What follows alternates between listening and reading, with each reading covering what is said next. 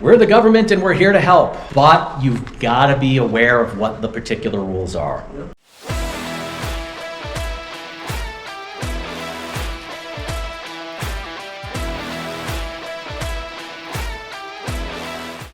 Hi, this is Jeff Marsacci, the Plain English Attorney, and welcome to the video. Before we dig into today's topic, please help us get out solid, accurate information on estate planning and Medicaid planning by liking the video and subscribing to the channel. Welcome to special needs planning.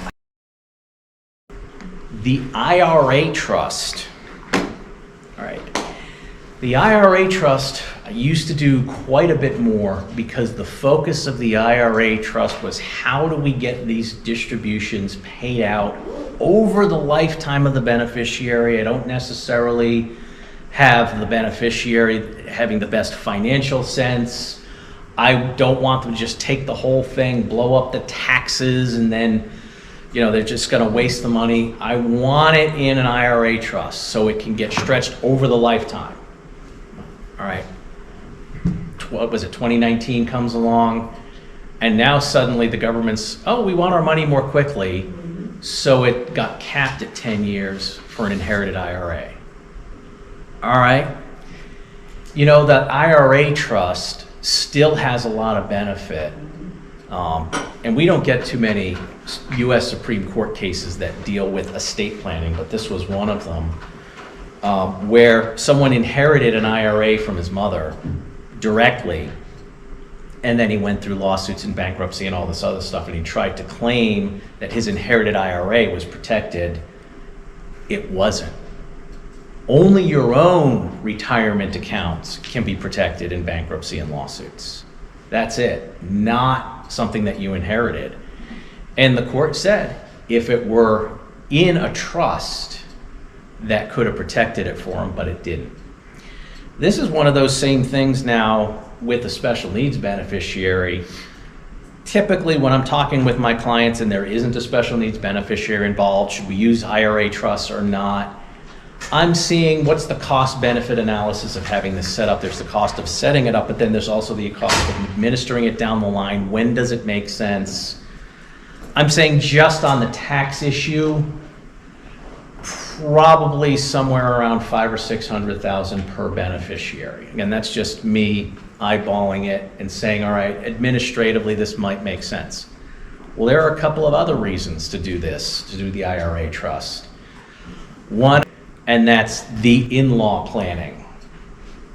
Okay, we don't want a son-in-law or a daughter-in-law to be able to somehow manipulate your kid into taking this money out, putting it into a house, joint with the right of survivorship, tenancy by the entirety, and then there's a divorce and they lose half of whatever came into the house.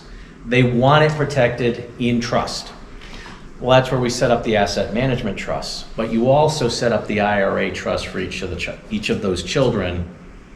I do one for each child. Because if you really want to start a family fight, have 3 kids, but only one of them, where they kind of know the parents don't like the spouse, go ahead and just do an asset management trust and an IRA trust for that one kid. You're setting the family up for a lifetime of fights. No, we just do it across the board. Okay.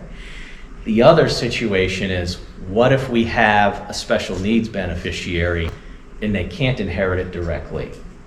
And therefore they can't spread it out over 10 years.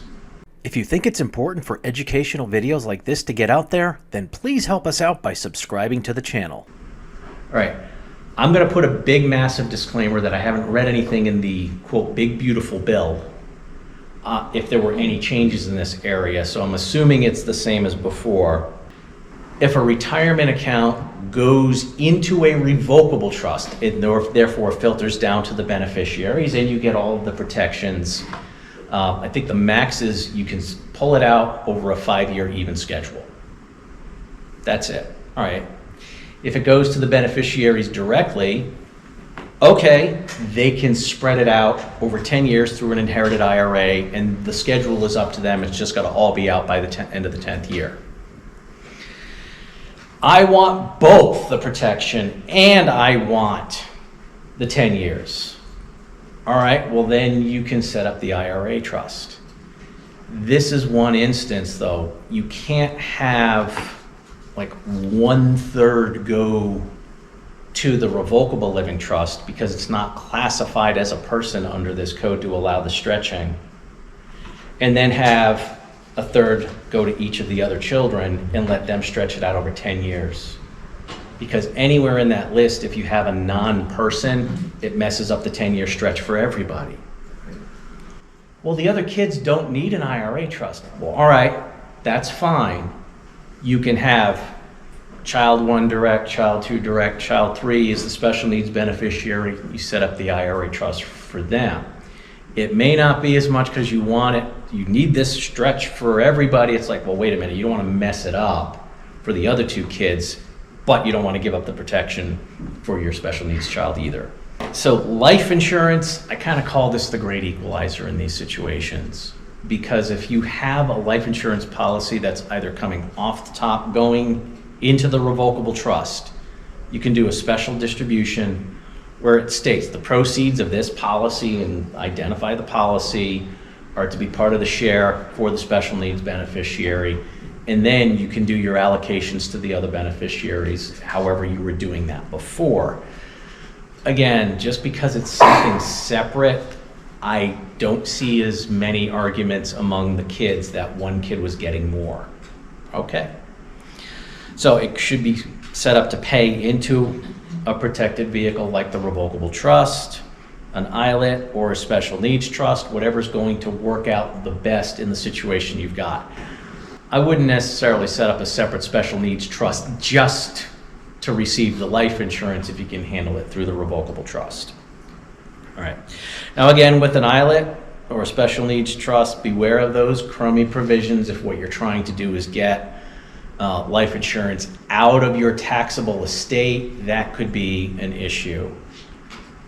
And yeah, special needs beneficiaries who disclaim money or benefits, they could end up losing their benefits because it's as if they had the money. All right, so Mike and I have been doing a lot, like I said, with HD Reach for several years now, and one of the people we helped, the daughter had juvenile HD.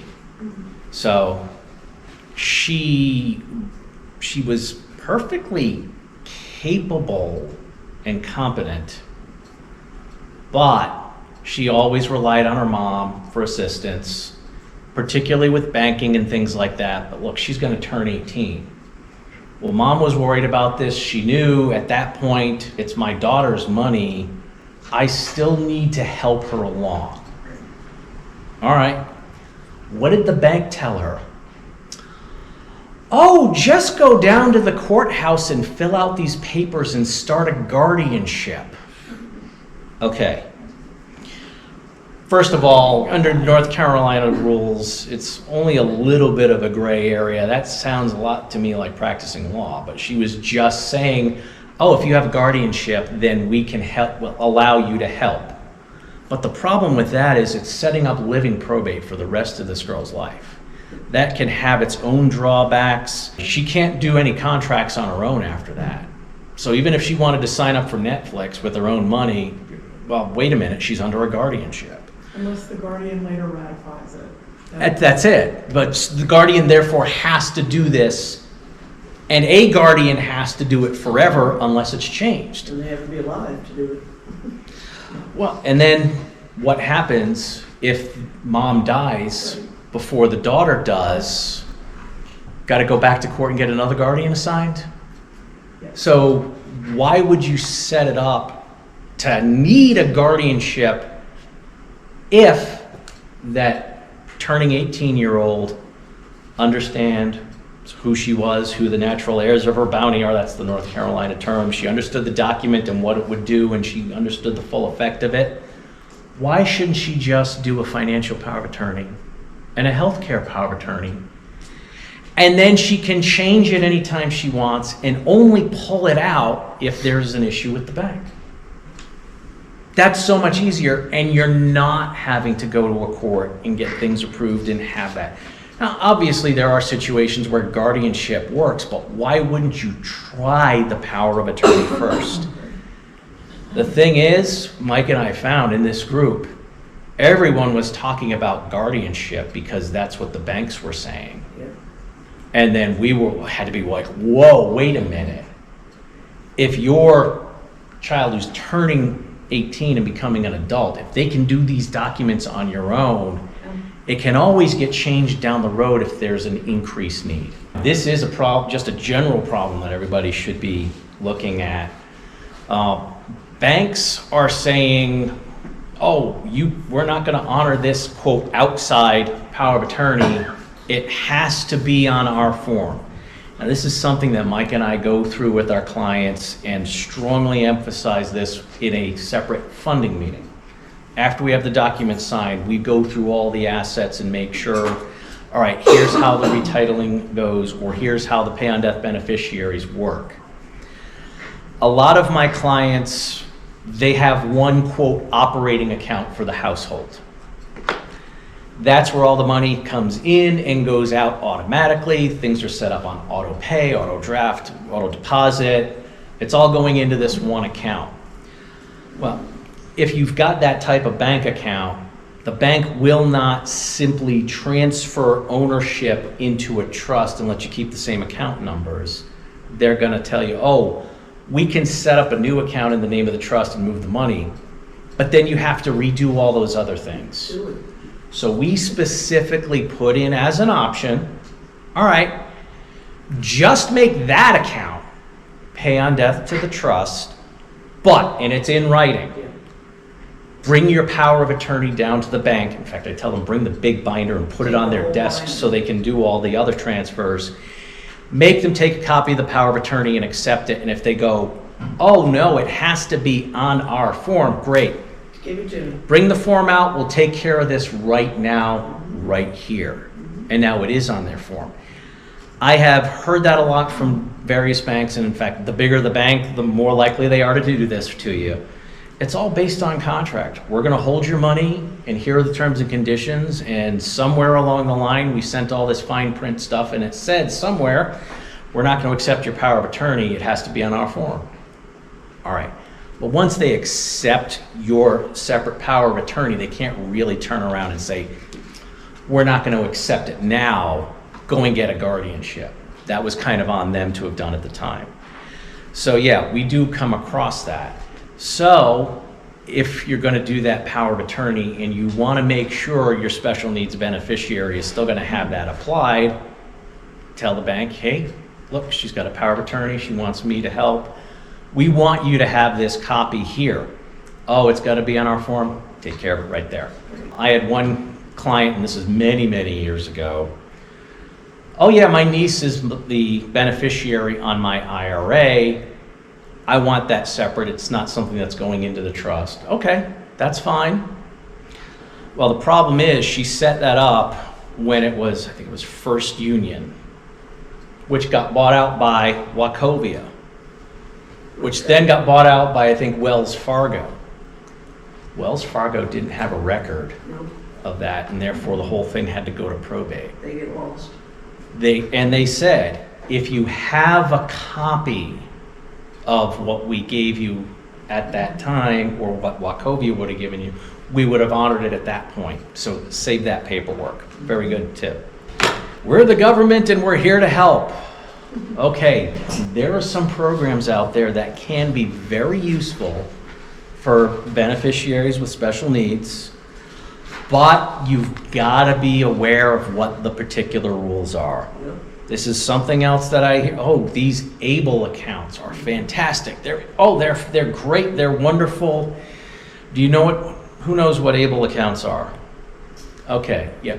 Basically, it's an account where you can put money, if you're a special needs beneficiary, you're working, you can put money into this account, and it doesn't count against your asset limit. Problem is, all right, now the money from that has to be used on very specific items. The money in there has to, it's, again, limited purposes, basically health, education, maintenance, and support. And for whatever reason, I guess the lawyers and the financial people put, yeah, you can use that money to pay for financial management and legal fees and stuff like that. And funeral expenses, so it's a lot more limited.